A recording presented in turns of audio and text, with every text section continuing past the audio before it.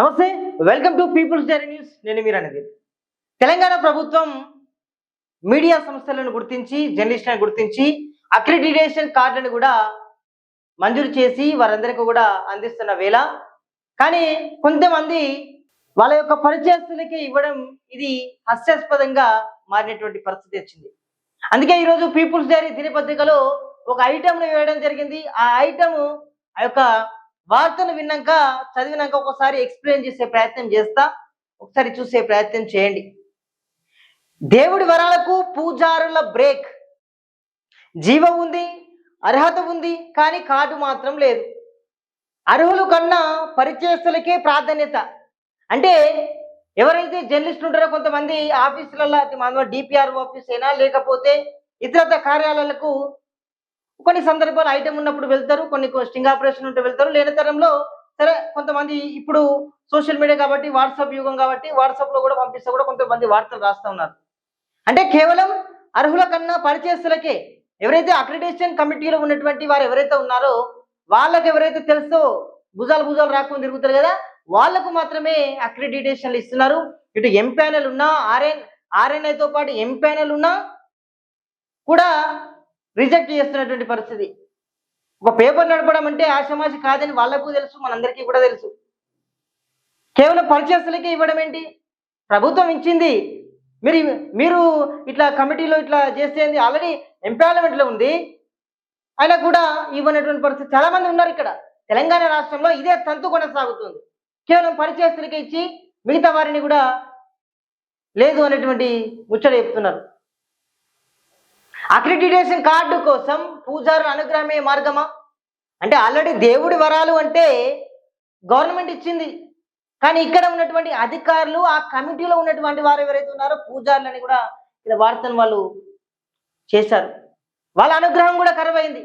ఎందుకంటే దగ్గరున్నలకు కావాలి, వాళ్ళతోటి అది ఇది తందరాలు చేసుకొని లాస్ట్కు వాళ్ళకే ఇచ్చుకుంటున్నారు.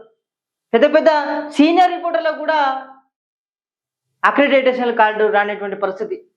ముఖం తెలిసిన వారికే ప్రసాదం, మిగతా వారికి నిరాశే. గుడికి వెళ్ళని జర్నలిస్టులకు ప్రసాదం దక్కదా? కేవలం ఫేస్ పరిచయమే, ముఖ పరిచయం ఉన్న వాళ్ళకే ఇది, లేని వాళ్ళకు ఏదో మామూలుగా వేరే కొన్ని స్టింగ్ ఆపరేషన్ చేస్తూ ఉంటారు, లేకపోతే ఒక పేపర్ నడిపించుకొని ఉంటారు. సరే కొంతమందికి కొన్ని అంటే వార్తలు రాయడం, కొంచెం మంది ప్రజల తరపున రాయడం, కొంచెం నెగిటివ్ రాయడం కొంచెం జరుగుతుంది.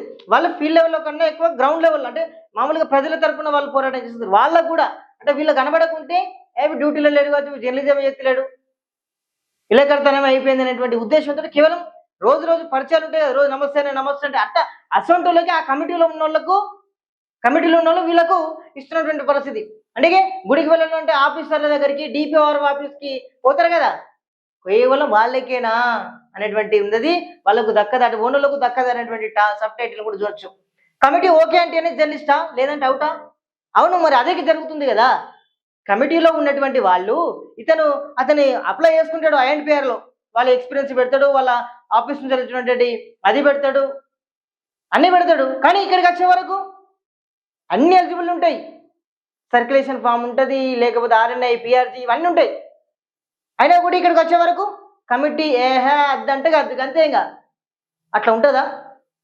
ప్రభుత్వం చెప్పింది, సంస్థ చెప్పింది. ఇక్కడ వాళ్ళు కొంచెం ఎట్లా అంటే ఇంకా వ్యక్తిగతంగా పోతున్నటువంటి పరిస్థితి కనబడింది. కమిటీ కటాక్షమే కీలకం, జర్నలిస్టుల ఆవేదన. అంతే, మరి వాస్తవంగానే ఇది ఉంది. కమిటీ ఏ నిర్ణయం అంటే అంటే ఆనే, ఈ అంటే ఈయన జరుగుతుంది. జర్నలిస్టులు చాలా మంది మోసపోతున్నారు. అంటే నిజంగా వాళ్ళు ఏంటంటే అన్ని కోల్పోతున్నారు. కార్డులు లేక వాళ్ళు నిజంగా చెప్పాలంటే కొంతమంది కార్డులు కూడా రాలేదండి, కార్డులు రాలే. ఇది జర్నలిస్టుల హక్కు, కమిటీల దయాదాక్షిణ్యమైనటువంటి. మరి జర్నలిస్టుల హక్కు అంటే మామూలుగా పత్రిక ఇచ్చింది, యాజమాన్యం ఇచ్చింది, ఆ ప్రభుత్వం కూడా ఆ ఆన్లైన్లో కూడా ఈ పత్రికను యాడ్ చేసింది, అయినా కూడా ఇవ్వకపోతే ఏంటిది? కమిటీల దయాదాక్షిణ్యమా? విషయాలు కూడా ఉన్నాయి. పరిచయాల రాజకీయాల్లో చిక్కుకున్న మీడియా అక్రిడిటేషన్లు. నిజంగా ఈ మధ్య కాలంలో అక్రిడిటేషన్ పొందాలంటే ఇక బయట ఏం జరుగుతుందో మీకు అందరికీ తెలుసు. జర్నలిస్ట్ కానూనికి కూడా జర్నలిస్ట్ ఇస్తున్నాడు కేవలం పరిచయం అయితే. వాడు వార్తలు రాయడు, న్యూస్ చదవడు. అలాంటి వానికి కూడా కేవలం పరిచయం అయితే చాలు మీడియా అక్రిడిటేషన్ వస్తాయి. రాజకీయం నడుస్తుంది, అక్కడ రాజకీయ ఊబిలోకి ఎక్కువ అవుతున్నటువంటి పరిస్థితి ఉన్నది. తెలంగాణలో ప్రతి అడుగు అడుగున ఇదే ప్రఫార్మా కొనసాగుతున్నది. కమిటీకి పరిచయం లేని వారే బలిపశువులు. వ్యాస్ ఇవరిదాకా చెప్పిన కదా, నువ్వు ఫీల్డ్ అంటే వాళ్ళకు కనిపిస్తేనే నువ్వు జర్నలిస్టు. ఆ కమిటీకైనా ఆ ఎవరైతే సంబంధిత అధికారులకైనా కనిపిస్తేనే నువ్వు, లేకపోతే నువ్వు బలిపశువే. వాస్తవం జరుగుతుంది కాబట్టి వార్తను రాశారు. జర్నలిస్టుల గుర్తింపు కార్డుల జారీలో ఆశ్చర్యకర వాస్తవాలు ఉన్నాయి. ఆశ్చర్యం కాదు, ఇంకా మీరు విస్తుపోయేటువంటి నిజాలు కూడా ఉంటాయి. అక్రిడిటేషన్లో జర్నలిస్టుల గందరగోళం దేవుడి వరాలకు ఆల్రెడీ అయిపోయింది. ఇక కార్డులపై కమిటీల కత్తి అనేటువంటి వాస్తవమే. కార్డులను రావడంలో వాళ్ళు కత్తితో బెదిరిస్తున్నటువంటి పరిస్థితి వచ్చింది. Guide lines దండగేనా? ఐ&PR అనుమతులున్న ఆంక్షలు, అర్హతలున్న అక్రిడిటేషన్లు ఇవ్వరా? జర్నలిస్టులో పెరుగుతున్న ఆగ్రహం. Empanelment okay, accreditation no. ఆయా యాజమాన్యాలు గ్రీన్ సిగ్నల్ ఇచ్చిన అక్రిడిటేషన్ కు రెడ్ సిగ్నల్ ఎందుకు? మరి వాస్తవమే కదా, ప్రభుత్వాలు ఓకే అన్నాయి, యాజమాన్యాలు ఓకే అన్నాయి, అన్ని ఉన్న అల్లున్నట్లు శని అన్నట్టుగా వీళ్ళ యొక్క తంతు కొనసాగుతున్నది. వాళ్ళు అన్నీ ఉన్నాయి, అల్లున్నట్లు శని అన్నట్టు వీళ్ళు తయారయ్యారు. సత్తా ఉన్నోనికి అత్తలేదు, బట్టి నార్మల్గా ఉండేటువంటి అత్తాను, వ్యాపారాలు చేసేటువంటి రాజకీయాలు ఉన్నాను కూడా అక్రిడిటేషన్ వస్తాను. కేవలం పరిచయం. ఈ పరిచయాలే నిజమైన జర్నలిస్టులను ఇబ్బందులకు గురి చేస్తా ఉన్నాయి. మొదటి విడత, రెండవ విడత సాకులు. అక్రిడిటేషన్లపై అసలు మొదలబ్ ఏంటిది? గతంలో ఫస్ట్ విడతలో అందరికి వచ్చినాయి. సెకండ్ విడత అనేది కూడా మరి నిరంతర ప్రక్రియ అని చెప్తున్నారు. సెకండ్ విడత పోయినసారి వచ్చినటువంటి దాఖలు లేవని కూడా మనకు స్పష్టంగా అర్థమవుతుంది. సెకండ్ విడతలు అప్లై చేసడంలో కూడా రాలేదని కూడా సంగతి కూడా తెలుస్తా ఉన్నది. మళ్ళీ దీనిపైన కూడా దేనిపోని అవి ఇవి చెప్పుకుంటా ఉంటారు. క్లియర్గా డీటెయిల్గా పోదాం. ఎందుకంటే ప్రతి జర్నలిస్టుకు, ప్రతి అర్హులైన జర్నలిస్టులకు న్యాయం జరగాలన్న ఉద్దేశంతో నేను ఈ యొక్క కాన్సెప్ట్ ఎంచుకున్నాం. ఈ వార్త రాసి మీకు ఎక్స్ప్లెయిన్ చేయబోతున్నాం. దేవుడి వరాలకు పూజారుల బ్రేక్. జర్నలిస్టుల జీవితాల్లో అత్యంత ప్రతిష్టాత్మకమైన కీలకమైన మీడియా అక్రిడిటేషన్ల ప్రక్రియ ఇప్పుడు ఒక పెద్ద ప్రహసనంగా మారింది.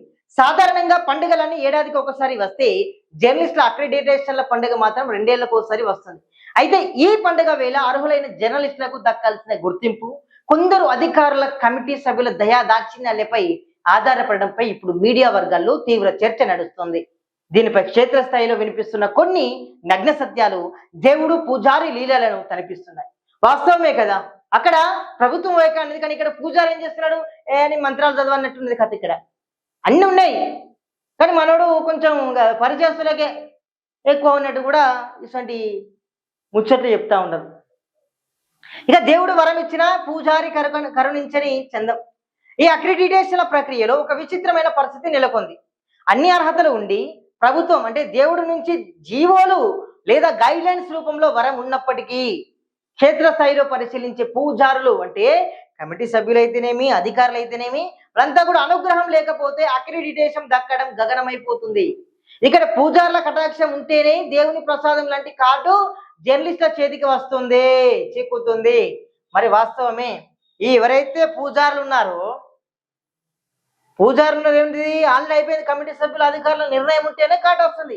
వాళ్ళ యొక్క దయాదాక్షిణ్యాలు ఉంటేనే, వారి యొక్క అది దీవెనలు ఉంటేనట్టుంటది కథ. ఇక్కడ దీవెనలు ఉంటేనే జర్నలిస్ట్ కార్డు వస్తుందట. ఫీల్డ్ లెవెల్లో వార్తలు రాస్తే రావా? ఎంపానలో పేరుంటే రాదా? ఎంపాన లిస్టులో ఉంటే కేవలం కమిటీ వాళ్ళకి తెలుసుంటేనే కార్డు. కొంతమంది ప్రజల తరఫున పోరాటం చేసి ఒక్కొక్కరిని కంటైతాలు ఇష్టం కొంతమంది జర్నలిస్టులు ఉన్నారు. వాళ్ళకి రాకపోతే ఎట్లా? నేను ఇంతగానో ప్రజల కోసం కష్టపడుతున్నా, అదేవిధంగా ఒక్కొక్కరికి నెగటివ్ అవుతున్నారు.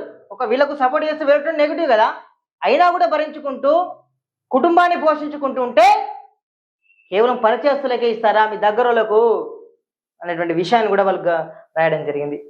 ముఖ పరిచయాలకే మొగ్గు, పరమభక్తుడికైనా తప్పని తిప్పలు. ఈ ప్రక్రియలో నిబంధనల కంటే ముఖ పరిచయాలకే ఎక్కువ ప్రాధాన్యత ఇస్తున్నారనే విమర్శలు వెలుస్తున్నాయి. కమిటీకి బాగా తెలిసిన వారికి తొలి ప్రాధాన్యత దక్కుతుంది. వాస్తవమే ఇది. ఇంకోటి తెలియని వారికి శటగోపమే. క్షేత్రస్థాయిలో నిరంతరం పనిచేస్తూ కమిటీకి ముఖ పరిచయం లేని జర్నలిస్టులకు శటకోపం పెడుతున్న పరిస్థితి కనిపిస్తోంది. తరచూ అధికారుల చుట్టూ లీడర్ల చుట్టూ తిరగని నిజాయితీ గల జర్నలిస్టులకు ప్రసాదం దక్కడం లేదనే వాదనలు వినిపిస్తున్నాయి. ప్రసాదం అంటే ఇక్కడ కార్డు. ఎప్పటికీ కార్యాలయ పొండి తిరగాలంటే ఎప్పుడో ఒకసారి అన్యాయం జరిగిందంటే కంపల్సరీ పోతాం. ఏదో పనికి పోతుంటే అది స్వార్థం అవుతుంది కదా. రాజకీయం దాకా పోతుంది. ఏదో మీటింగ్ ఉన్నప్పుడు పోలే, ప్రెస్ మీటింగ్ ఉన్నప్పుడు పోలే, పదే పదే పోతే నడుతుందా? వీడు ఎందుకు వస్తారని ఆయన అనుకుంటాడు. ఈ మధ్య కాలంలో జర్నలిస్ట్ వ్యవస్థ అనేది పూర్తిగా దెబ్బతిన్నటువంటి పరిస్థితి. ఏదో కొంతమంది ప్యాషన్ కొద్ది పని చేస్తూ ఉన్నారు. ఎప్పటికి ఇంకా వాళ్ళ ఎప్పటికి తిరుగుతాయి ఇంకా అదేనా? అందుకే రాష్ట్రంలో ప్రసాదం దక్కదు. ఇంకా అటు ఆ కార్యాలయంలోకి వెళ్ళకుంటే వాళ్ళ కనబడకపోతే, ఆ కమిటీలో కనబడకపోతే ప్రసాదం దక్కది. ప్రసాదం మీన్స్ కార్డు ఇక్కడ అనేటువంటి విషయాన్ని కూడా చూడొచ్చు మనం. కమిటీ పూజారుల ఒప్పందం ఉంటేనే ఓకే. ప్రధాన పూజారి అంటే ఉన్నతాధికారి అనుగ్రహం లభించాలన్నా ముందుగా కమిటీలోని ఉప పూజారుల ఒప్పందం సిఫార్సు తప్పనిసరిగా మారాయి. క్షేత్రస్థాయిలో ఇంతటి పరమ భక్తుడైన సీనియర్ అనుభవజ్ఞుడైన జర్నలిస్ట్ అయినా సరే ఇక్కడ పూజారులను ప్రసన్నం చేసుకోవాల్సిందే. కమిటీ పూజారు సరే అంటేనే ఆ జర్నలిస్టు అర్హుడు. వారు కాదంటే మాత్రం సదరు జర్నలిస్టు పూజకు పనికి రాడని, అసలు ఫీల్డ్ లేడంటూ రిజెక్ట్ చేస్తున్నారనే ఆరోపణలు వెలువెత్తుతున్నాయి. నేను ఇదివరదాకా చెప్పిన కదా, సేమ్ అదే తంతు అనేది కొనసాగుతున్నది. ఇప్పుడున్న తరుణంలో వాళ్ళకు కనిపిస్తేనే ఈ యొక్క పెద్ద పూజారి ఉంటాడు కదా, ప్రధాన అర్చకుడు అంటాం. ఇంకా ఒక భాషలో చెప్పాలంటే పూజారికం అర్చకుడు. అతను ఓకే అంటేనే ఇక్కడ ఎవరైతే సబ్ కమిటీ అంటే మామూలుగా కింద ఉంటారు కదా కమిటీ సభ్యులు, అక్రిడిటేషన్ కమిటీ సభ్యులు, వాళ్ళు ఓకే అంటేనే ఓకే. లేకపోతే ఎంతటి నికార్సైనా ఎంతటి అనుభవభక్తుడైనా జర్నలిస్టు కాడు అసలు ఫీల్డ్లో ఉండడనేటువంటి ముద్ర చేస్తున్నారట. కొంచెమైనా ఉండాలి కదా. మొత్తానికి జర్నలిస్టుల హక్కుగా భావించే అక్రిడిటేషన్ల ప్రక్రియ కాస్త కమిటీల చుట్టూ తిరిగే ఒక పెద్ద గోలగా మారిపోయింది. ఇప్పటికైనా ఉన్నతాధికారులు స్పందించి ముఖ పరిచయాలు సిఫార్లతో సంబంధం లేకుండా అర్హులైన ప్రతి జర్నలిస్టుకు న్యాయం జరిగేలా చూడాలని మీడియా ప్రతినిధులు కోరుతున్నారు. రైట్, ఇంకోటి గైడ్లైన్స్ దండగిన మీడియా అక్రిడిటేషన్ల పంపిణీలో గందరగోళం రోజు రోజుకు ముదురుతోంది. ఒకవైపు సమాచార పౌర సంబంధాల శాఖ అంటే ఐఎండ్పిఆర్ నిబంధనల ప్రకారం ఎంపానల్మెంట్ కలిగి ఉండి పత్రికా యాజమాన్యాల నుంచి అధికారికంగా అనుమతి పొందిన దరఖాస్తులపై కూడా ఆంక్షల కత్తి జులపించడంపై జర్నలిస్టు లోకం తీవ్ర ఆగ్రహం వ్యక్తం చేస్తుంది. ఐఎండ్పిఆర్ స్వయంగా ఇచ్చిన అనుమతులను గైడ్లైన్స్ ను క్షేత్రస్థాయి కమిటీలు తుంగలు తొక్కుతుండడంతో అసలు ఈ గైడ్లైన్స్ ఎందుకు అనేటువంటి ప్రశ్నలు వెల్లువెత్తుతున్నాయి. ఆర్ఎన్ఐ, పిఆర్జిఐ, ఎంపానల్మెంట్ ఉన్నటువంటి అన్ని పత్రికలు ఉన్నాయి. ఇవంటే ఇక్కడి మంచి ఒక రిజిస్ట్రేషన్ కలిగినటువంటి ఉన్నతమైనటువంటి రిజిస్ట్రేషన్ కలిగినాయి, ఢిల్లీ నుంచి రిజిస్ట్రేషన్ కలిగినాయి. అయినా కూడా ఇవన్నీ కూడా ఉన్నా కూడా వాళ్ళు సందు దొరికి అదే ఆల్రెడీ ఉన్నా కూడా కొంచెం పరిచయస్తులకే ఇస్తున్నటువంటి భావన ఇక్కడ కనబడింది. అంతా సిద్ధంగా ఉన్న దరఖాస్తులకు చురకలేందుకు? యాజమాన్యాల లేఖలు, ఐఎన్పిఆర్ రికార్డుల ప్రకారం అన్ని అర్హతలు ఉండి ఎంపానల్మెంట్ జాబితా సిద్ధంగా ఉన్నప్పటికీ స్క్రూటినీ పేరుతో దరఖాస్తులను తిరస్కరించడం లేదా హోల్లో పెట్టడం వెనుక ఉన్న అంతరార్థం ఏమిటనేది ఇప్పుడు మిస్టరీగా మారింది. అన్ని నిబంధనల ప్రకారం దరఖాస్తు చేసుకున్న జర్నలిస్టులకు సైతం కొర్రీలు పెడుతూ చురుకలు అంటించడంపై ఫీల్డ్ జర్నలిస్టులు మండిపడుతున్నారు. అన్ని అర్హతలు ఉన్నాయి, సర్క్యులేషన్ కూడా ఉన్నది. కానీ కొన్ని చోట్ల అన్ని చోట్ల కొంతమందిని హోల్లో పెట్టినటువంటి పరిస్థితి ఉంది. ఎప్పుడు అంటే రేపో మాపో అనేటువంటి పరిస్థితి కనబడుతూ ఉంది. దానివల్ల ఏం జరుగుతూ ఉంది? జర్నలిస్టులు నిరాశే కదా. అరే మేము ఫీల్డ్లో ఉన్నాం, ఒకటి గంట అవుతున్నాం, మా కుటుంబాలు వెళ్ళడమే కష్టంగా ఉన్నది, జీతాలు లేని నౌకరీ విలేకరి అనేటువంటి భావన ఉన్నది, అయినా కూడా హోల్లో పెట్టడం ఏంటని కూడా జర్నలిస్ట్ సంఘాలు ప్రశ్నిస్తూ ఉన్నాయి. కేవలం కమిటీలో ఉన్నటువంటి వారు ఉన్నత అధికారులు వారి యొక్క పెత్తనం చెలాయిస్తే నిజంగా నిజాయితీగా ఒక ప్యాషన్తో వచ్చినటువంటి జర్నలిస్టులకు ఎక్కడ దక్కుతుంది న్యాయం అని కూడా జర్నలిస్టులు అడుగుతున్నటువంటి పరిస్థితి. అలాంటప్పుడు ఐఎన్పిఆర్ గైడ్లైన్స్ ఎందుకు? జర్నలిస్ట్ నుంచి వ్యక్తమవుతున్న ప్రధాన ప్రశ్న మీరు ప్రభుత్వ నిబంధనలకి విలువ లేదా? ఐఎన్పిఆర్ స్వయంగా ఒక గైడ్లైన్ రూపకల్పన చేసి దాని ప్రకారం ఎంపానల్మెంట్ పూర్తి చేసిన తర్వాత మళ్ళీ స్థానిక కమిటీలు కొత్త నిబంధనలు తెరపైకి తేవడం ఎంతవరకు సమంజసం? యాజమాన్యం అనుమతించిన ఆంక్షల ఒక జర్నలిస్టు తమ సంస్థకు ప్రాతినిధ్యం వహిస్తున్నాడని యాజమాన్యం ధృవీకరిస్తూ అనుమతి పత్రాలు ఇచ్చిన తర్వాత ఆంక్షలు విధించడానికి ఈ కమిటీలకు హక్కేంటి? నిబంధనల అమలులో ద్వంద్వ వైఖరి. ఒకే జీవో ఒకే గైడ్లైన్స్ ఉన్నప్పటికీ కొందరికి ఒకలా మరికొందరికి మరోలా నిర్ణయాలు తీసుకోవడం వెనుక ఉన్న మతలబ్ ఏమిటి? జర్నలిస్టుల డిమాండ్ ఏంటంటే ఐఎన్పిఆర్ గైడ్లైన్స్ ప్రకారం అర్హత సాధించి యాజమాన్యాల ఆమోదంతో వచ్చిన ప్రతి దరఖాస్తును తక్షణమే ఆమోదించాలి. నిబంధనల పేరుతో అర్హులైన జర్నలిస్టులను హక్కులను కాలరాయవద్దు. అన్ని అర్హతలు ఉన్న దరఖాస్తులపై కొర్రీలు పెడుతుంటే ఇక ఐఎన్పిఆర్ గైడ్లైన్స్ కేవలం కాగితాలకే పరిమితమా అనే అనుమానాలు కూడా వ్యక్తమవుతున్నాయి.